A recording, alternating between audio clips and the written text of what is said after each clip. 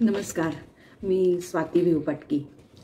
मोनाली मॅमला अनेक वर्ष ओळखते. म्हणजे त्यांनी डायटिंगचं कन्सल्टिंग सुरू केलं तेव्हापासून मी त्यांच्या सुरुवातीच्या काळापासून त्यांना ओळखते. तसं मी आत्ता त्यांचं डाएट घेतलेलं आहे. हे दुसऱ्यांदा घेतलेलं आहे. सुरुवातीच्या काळात मला त्यांचा खूप चांगला अनुभव आला.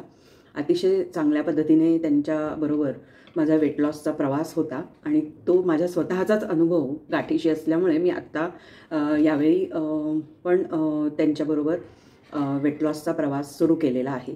मोनाली मॅमबरोबर त्यांच्याबद्दल सांगायचं झालं तर त्यांचा स्वभाव अतिशय प्रेमळ आहे आणि फक्त आपलं डाएटच्या विषयीच आपलं ऐकून घेतात किंवा अशा पद्धतीचं नसून त्यांना आपल्या काही इतर अडचणी देखील त्या समजून घेतात आणि त्यानुसार आपल्याला व्यवस्थित मार्गदर्शन करतात. डाएटबद्दल सांगायचं झालं तर त्यांचा डाएट एकदम अतिशय सोपा आहे करायला.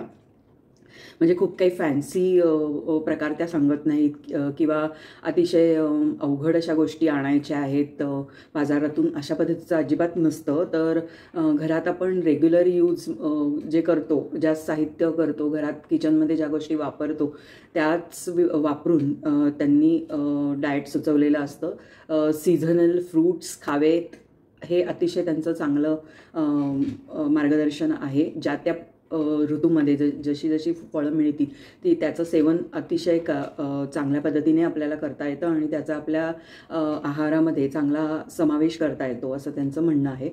आणि आत्ता सध्या आंब्याचा सीझन आहे तर आंबा डाएटसुद्धा त्यांनी डाएटमध्ये इंट्रोड्यूस केलेलं आहे आणि वेट लॉससाठी आंबा डाएट देणं हे अतिशय दुरापास्त गोष्ट आहे आणि त्याच्यानुसार म्हणजे आंबा खाऊनसुद्धा वजन कमी होऊ शकतं ही कन्सेप्टच लोकांना झेपणारी नाही आहे ॲक्च्युली.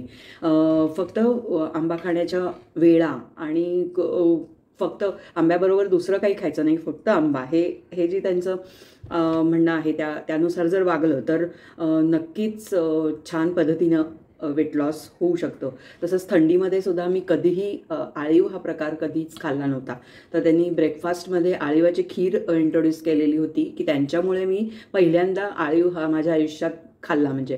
आणि त्या जे सुचवतात त्याच्या पद्धती अतिशय सोप्या असतात, करायला काही फारसं अवघड नसतं. त्यामुळे त्या अतिशय भावतात मला आणि त्याचा चांगला उपयोग मला होतो. गेल्या वर्षीच्या मार्च महिन्यामध्ये मी काही रिपोर्ट्स केलेले होते. म्हणजे मी दरवर्षीच करते फुल बॉडी चेकअप, कारण माझी आता जवळजवळ 50 मी गाठलेली आहे. तर 45 वय झाल्यानंतर मी म्हणजे रेग्युलरली बॉडी चेकअप वगैरे करते.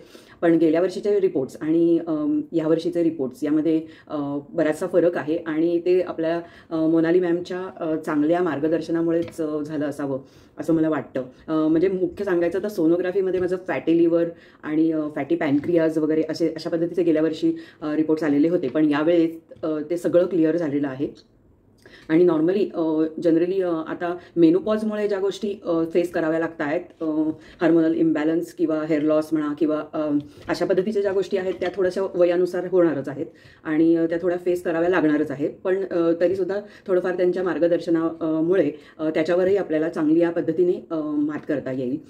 तर मी नक्कीच सुचवेन की त्यांचं डाएट लोकांनी नक्की जरूर घ्यावं आणि त्यांच्या मदतीनं वेट लॉस चांगला करावा.